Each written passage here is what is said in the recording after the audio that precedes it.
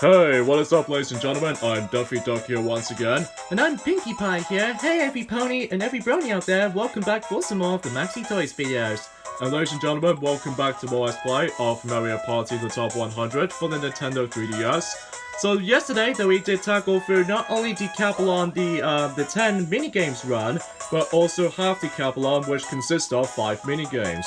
And today for this episode, folks, is going to be the final ever video of Mario Party The Top 100 for the 3DS playthrough. So, as you can tell, the main focus of this video is the forms of collection mode. Now, we'll get to that a bit later, but first things first, much like how it does it in Mario Party Star Rush and also Mario Party Island Tour, there's actually a multiplayer in this game, but luckily though, if you manage to claim yourselves the regular copy of Mario Party The Top 100, including the likes of the game card with you can actually do a download play, so that way you can able to play with your friends without need to buy another physical copy for them, which is really good.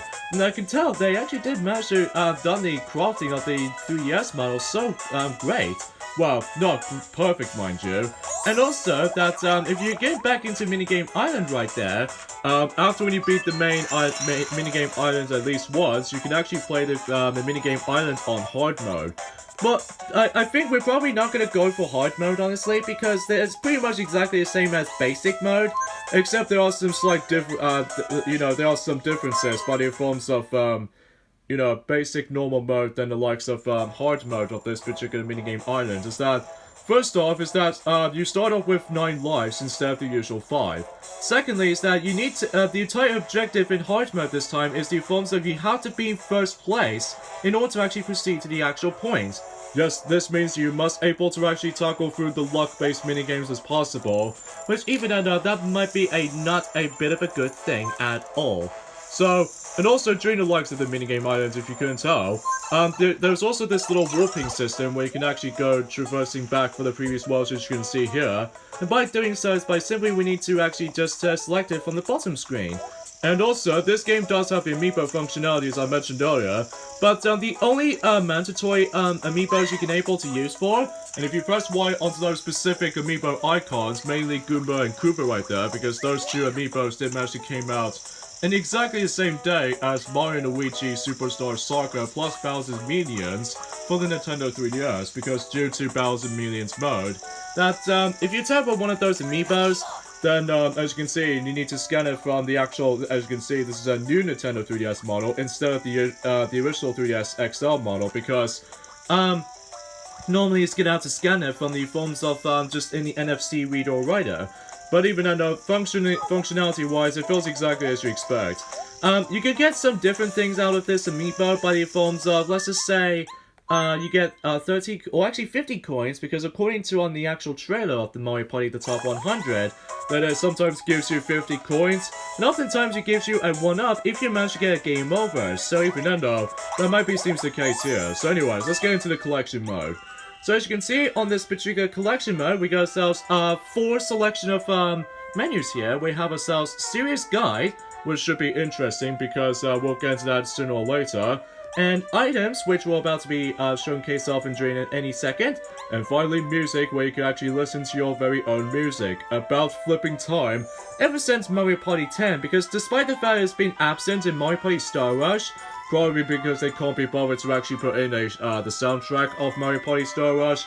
And finally, there's the usual staff credits, much like how it does it previously. So even then, let's go ahead and showcase off the Serious Guides.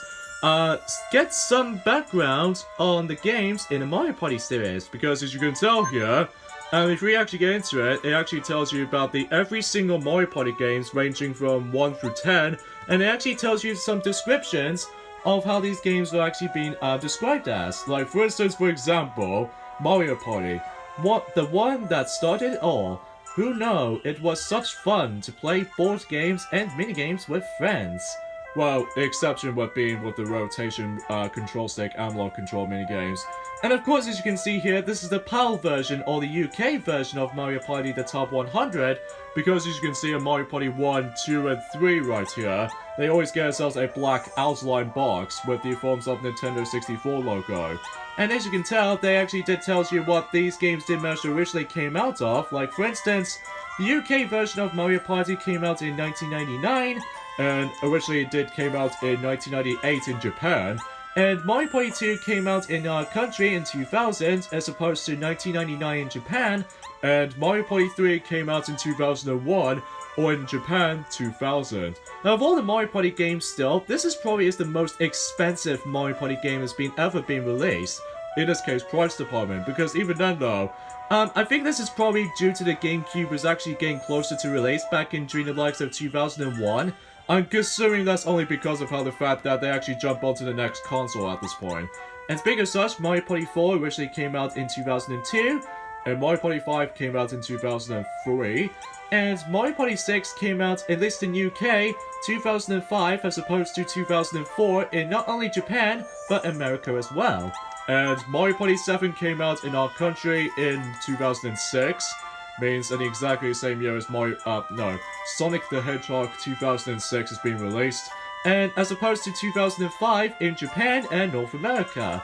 And Mario Party 8 came out in 2007, and Mario Party 9 came out in 2012, and finally Mario Party 10 came out in 2015. And we'll read the descriptions for it. We already read Mario Party 1 portion, let's read Mario Party 2.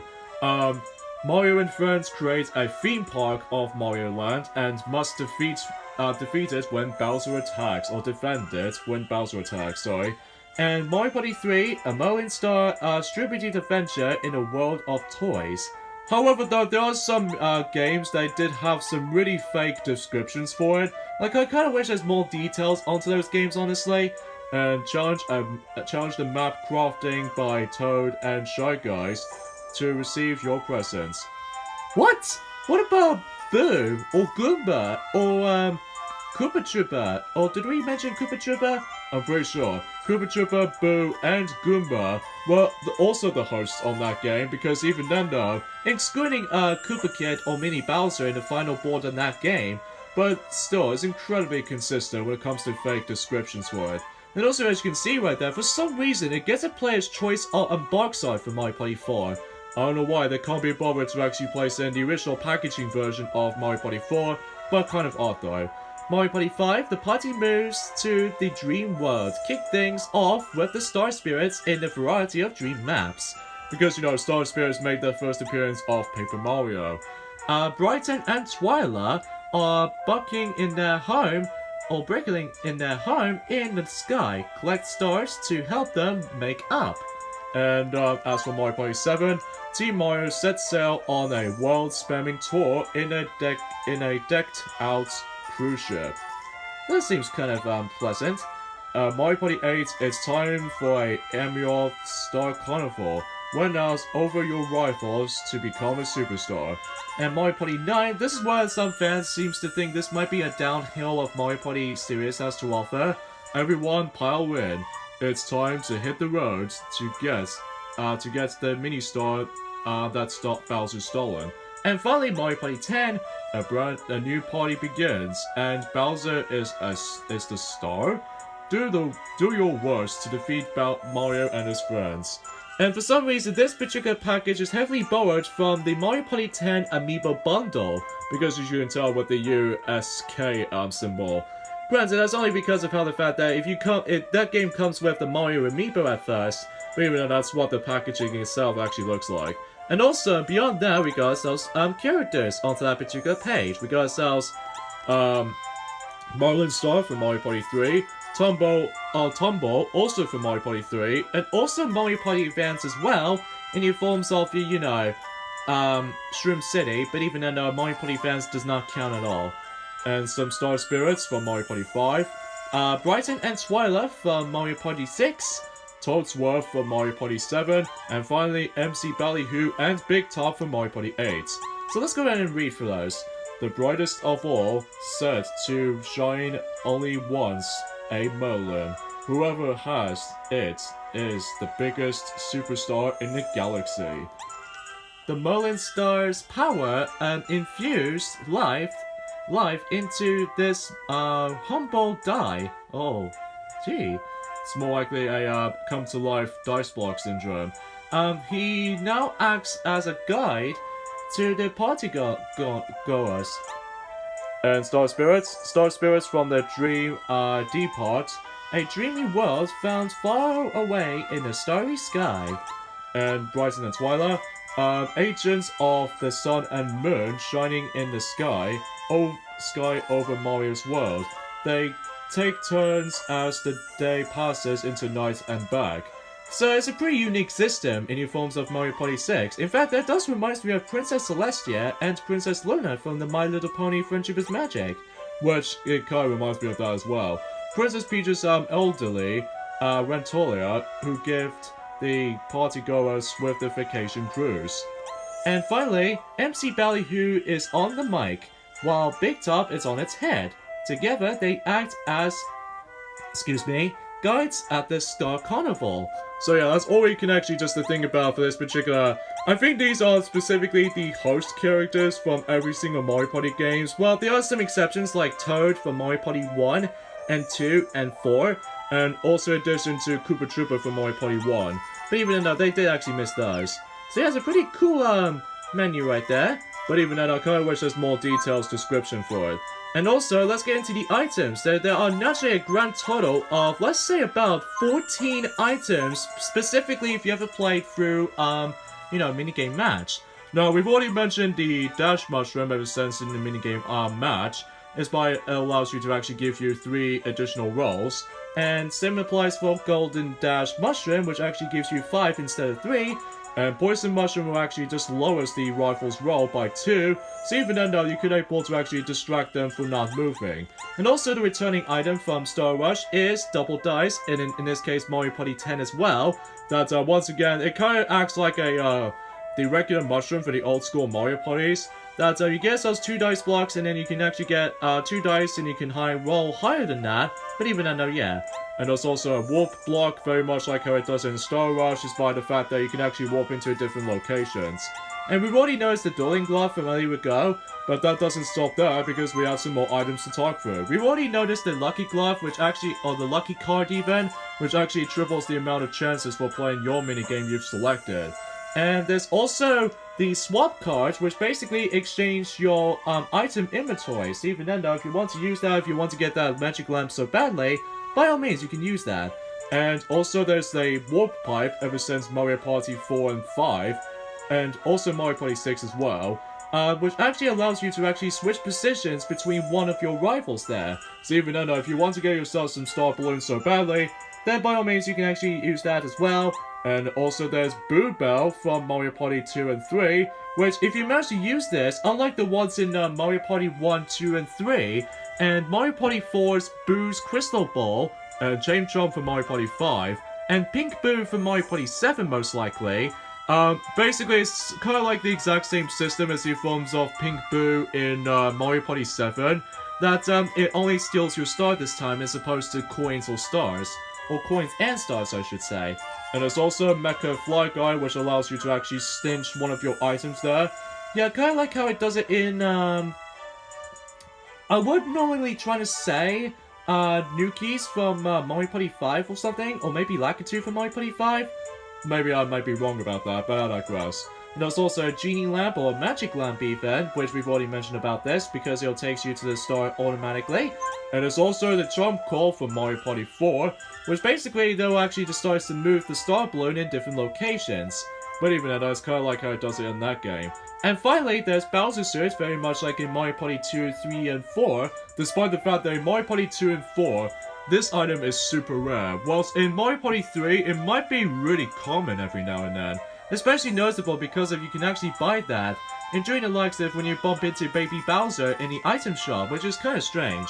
But anyways, that's it for the items.